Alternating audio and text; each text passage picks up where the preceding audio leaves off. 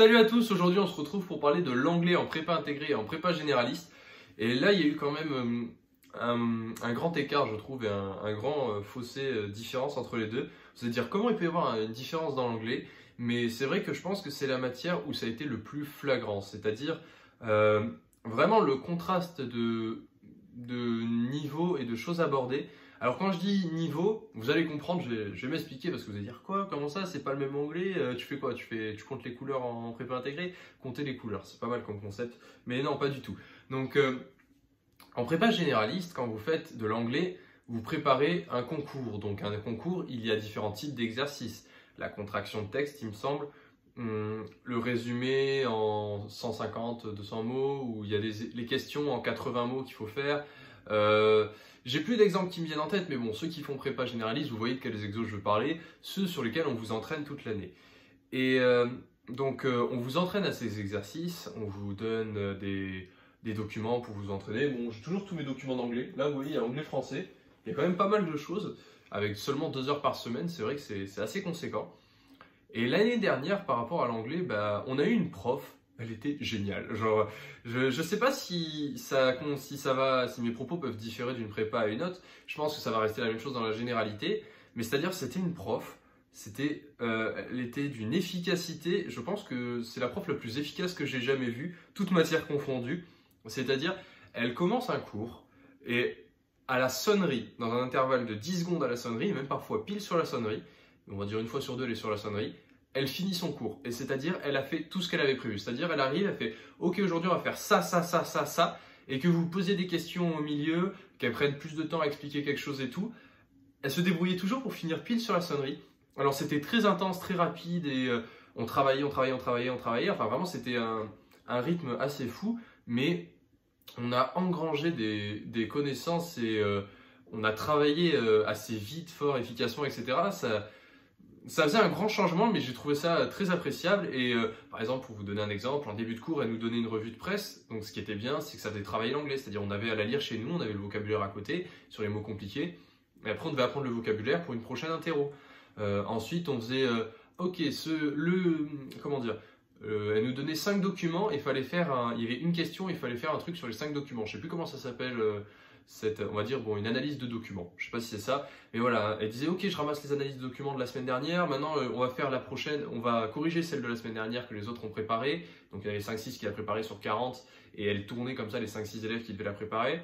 Ensuite, une fois qu'on a fait ça, on en préparait une autre en faisant le plan. Alors vous voyez là le plan, vous faites grand 1, grand 2, grand 3. Enfin vraiment, l'anglais, mon souvenir de l'année dernière, c'est un travail très efficace, mais dans le sens très efficace pour nous préparer au concours. Parce qu'il y a des épreuves et il va falloir avoir un certain niveau. Donc, et quand je vous dis niveau, c'est dans le sens niveau face à ces épreuves. C'est-à-dire avoir l'habitude d'avoir fait ce type d'épreuve, pas être étonné de devoir faire une version, traduire un texte d'anglais en français ou français en anglais. Je crois que c'est français en anglais, mais j'ai un doute. Et tous ces types d'exercices, voilà. Donc là, on était bien rodé, elle était très efficace et tout. Et cette année, l'anglais est perçu de manière totalement différente, c'est-à-dire dans le sens où déjà l'anglais est séparé en 2 matières. Il est séparé en TOEIC et en anglais. Donc en anglais normal, il va y avoir des différences et des similitudes. Déjà, on n'a pas de colle en anglais cette année, là où l'année dernière, on en avait une semaine sur 2. Et l'école, c'est vraiment, bon ça je vais en faire une vidéo à part, mais l'école c'est magique. L'école c'est le genre de truc quand t'es en prépa, t'es là, tu fais pitié, pas ma colle, pas ma colle. Et après quand t'en as plus, t'es là, tu fais non en fait redonnez-moi des colles, j'en veux tous les jours. Ça fait tellement progresser, mais on s'en rend pas compte en fait, on s'en rend vraiment pas compte. L'anglais, voilà, on n'a plus de colle cette année. Et le TOEIC, le TOEIC c'est 2 heures tous les 15 jours pour préparer le diplôme du TOEIC. Donc le diplôme du TOEIC, c'est un diplôme qu'il faut avoir quand on est ingénieur pour valider notre niveau en anglais.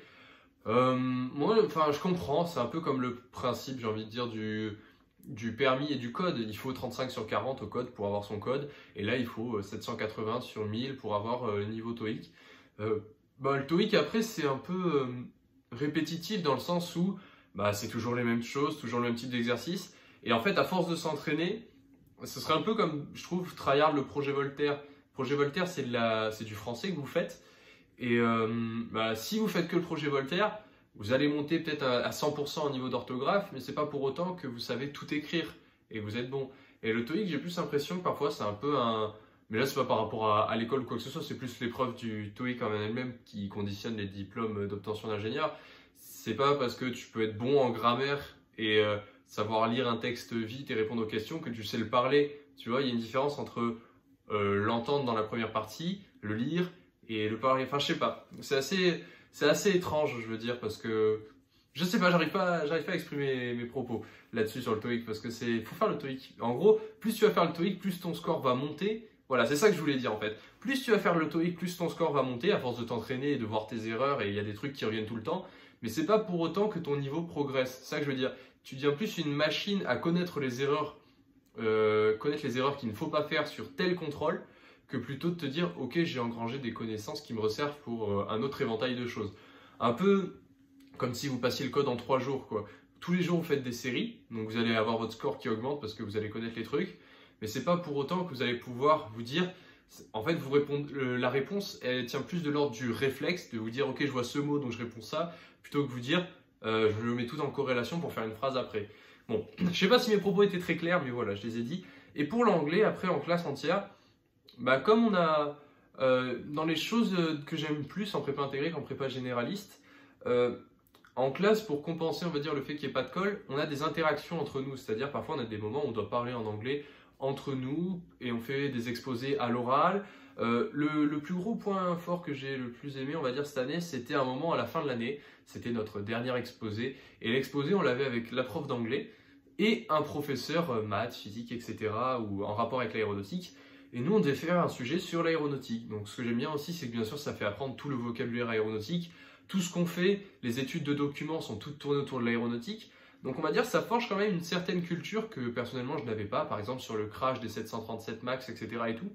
Et ça vraiment c'est aussi le gros point fort sur le fait que bah, comme l'anglais est centré sur l'aéronautique et l'aérospatiale, ça vous développe une certaine culture, que ce soit au niveau du vocabulaire ou au niveau des faits historiques que vous pouvez aborder dans les études de texte.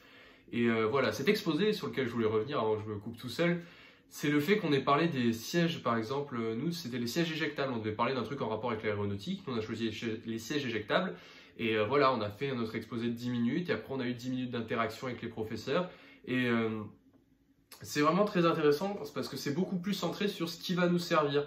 Certes, on va peut-être être moins efficace en 2 heures, c'est-à-dire parce que, après, on peut pas être...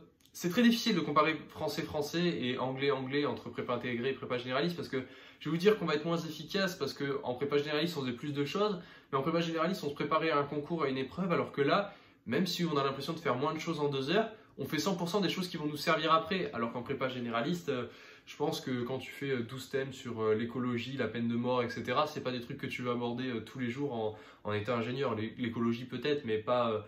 tout ce qui est, enfin vous voyez ce que je veux dire, qu'on fait des études de documents, mais ça vous fait du vocabulaire. Donc c'est différent, intéressant, et si je devais en retirer un petit bilan pour terminer sur tout ça, c'est que prépa généraliste, ça aurait été un travail où on aura eu plus de choses en une année en anglais, où ça m'aurait été personnellement très bénéfique, j'ai beaucoup aimé. Prépa intégrée, on aura peut-être eu un rythme moins soutenu, mais on aura vu en anglais plus de choses qui nous ont servi. C'est-à-dire, comme je vous l'ai dit, que ce soit au niveau des thèmes abordés, tout est en lien avec l'aéronautique et l'aérospatiale, donc ça c'est vraiment un gros plus vu que c'est ce qu'on compte faire plus tard pour la majorité si on est en école d'ingénierie aéronautique et aérospatiale. Et vraiment c'est côté interaction, échange au niveau des exposés. Donc voilà, c'est ce que je voulais dire. Ouais, ce que je voulais dire en fait, j'ai vraiment en fait les idées qui arrivent un peu tout en pagaille, donc c'est pour ça que je fais des vidéos sans cut, comme ça je vous livre les idées comme elles viennent et vous prenez comme ça vient. En fait, si vous voulez, au niveau des documents, c'est un peu style, on a un document et on a des questions. On a un document, on a des questions. Et ça, c'est ce qu'on faisait en terminale. C'est peut-être ça qui m'a le plus, pas choqué, mais qui a fait le plus gros contraste entre les deux. C'est-à-dire, j'avais l'impression de refaire un peu des types d'exercices qu'on faisait en première terminale, là où en MPSI, on faisait 5 documents avec une question. Et là, tu avais plus un document avec 5 questions. Mais... c'est que sur des choses intéressantes et des choses qui peuvent nous resservir, donc il n'y a pas de souci là-dessus. Je vous souhaite à tous de passer une bonne soirée, travaillez bien et on se retrouve demain. Ciao tout le monde.